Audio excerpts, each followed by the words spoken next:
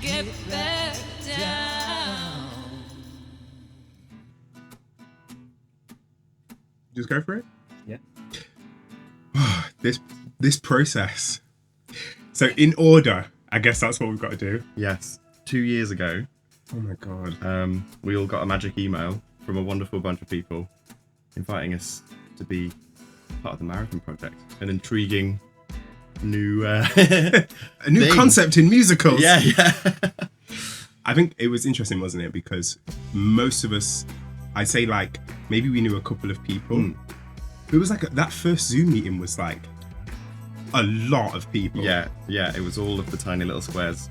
Yeah. Not all of whom could make it to the finish line, but all of whom fully wanted to. Like it was, and also it's very rare, I think, to be in a group with that many writers and be able to do a project for 2 years. Yeah. Over 2 years, because without lockdown, well, we were all insanely busy. It felt like a bit of a lifeline as well in that period to have Yeah. a sort of opportunity to sort of network and collaborate, where, you know, a lot of us had kind of, the breaks had ground us to a halt, and yet there was this magical opportunity to meet people and to work together despite being, you know, imprisoned. Yeah, and all over the place. And I remember at the beginning we didn't really know what we were making. Like, we didn't know what it was going to be. Like, was it just going to be a bunch of songs and we write some things? Were we going to ever perform it?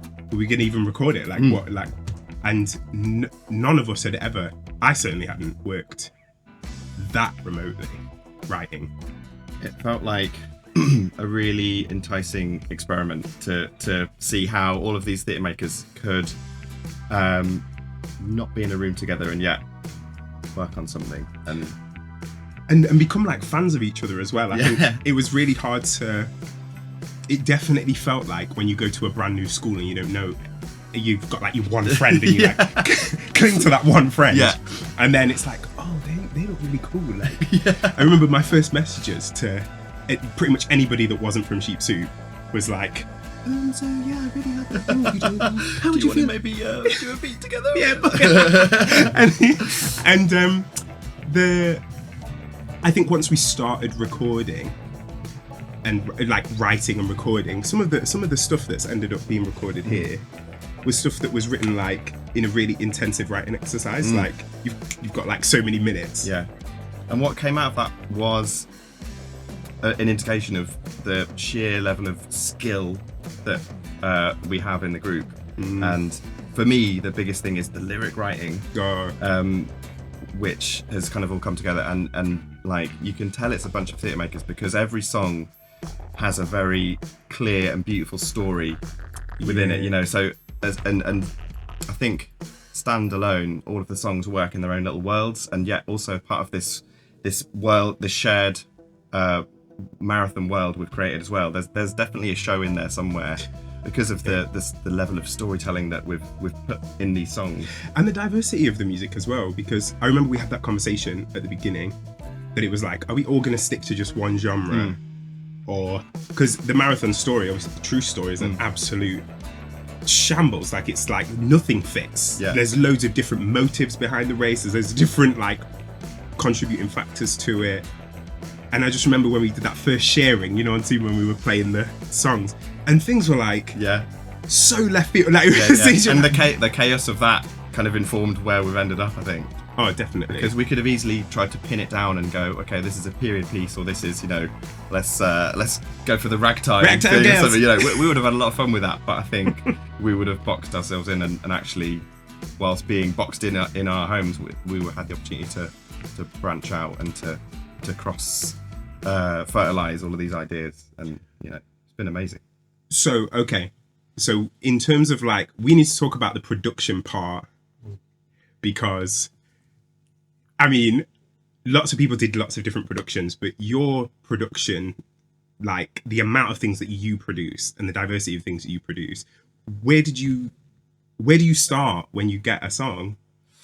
Well, I mean, you know, they were all very fully formed, all of the things. So production wise, it was a case of going, here is a beautiful gem of a song, and they all had varying levels of fidelity of recordings, but actually it felt like some it was were more ratchet than others. yeah, but like, you know, when something's been a vocal that's an amazing performance has been captured on a phone, you can make a virtue of that. The fact that it sounds kind of gritty and dirty, that you can use that to your advantage, because it's all about the performance, and you can make it sound kind of grimy and work with it. So I think, even though as a producer you set out with the, you know, your first intention is for it to be high fidelity and crystal clear, that's all very well and good, but you know, the performance isn't there. So all of these different things that I had the, you know, pleasure to kind of curate and to glue together, they were all golden. So it was just another chance to collaborate as a kind of final sort of sheen, I guess. And when you're working remotely as well, you know, as a producer, you're probably normally used to being sort of in the room when somebody listens to something you've been working on. Yeah. But you were like sending us emails, and like, just let me know when you've heard it, kind of thing. What's that like? What's going through your It's brain? quite nerve-wracking, because you when you get sent a song that's not yours, but you grow to love it over sort of being invited to be a part of it, you have a really intimate relationship with that song, and then when you work on it, you get, I guess it's the same as the person sending it to you, send it back, and you feel quite vulnerable, because you think, well, I've become as attached to this as the person sending it me. So you just want it to have that vibe, whilst it being, you know, quite sterile, in that it's being sent over the internet rather than being in a room together. Our rehearsal, from the beginning of this process, obviously it was born out of COVID and being in lockdown. Yeah. And then like COVID reared its ugly head right at the rehearsal time. Yeah. And you had to MD remotely. Well, I think you MD'd, and I was just like privileged to have a distraction to be invited to watch you do your thing, which was amazing. I mean, how did you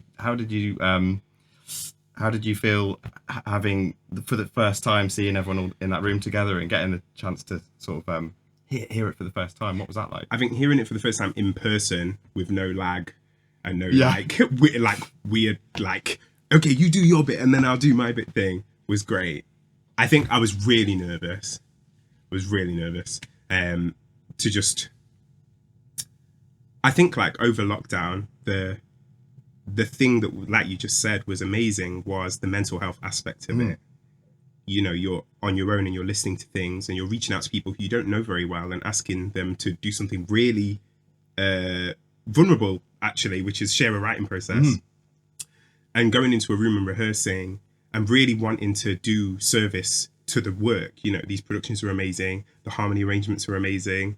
To like go in there and build on them and just make sure that things are tight or right or whatever. I've never vocally MD'd that many people ever. Oh, I mean, you absolutely smashed it. It's like a pleasure to see you doing your thing. And like, we've felt it in this room, you know, having the chance to warm up with you and to sing with you and to all be together.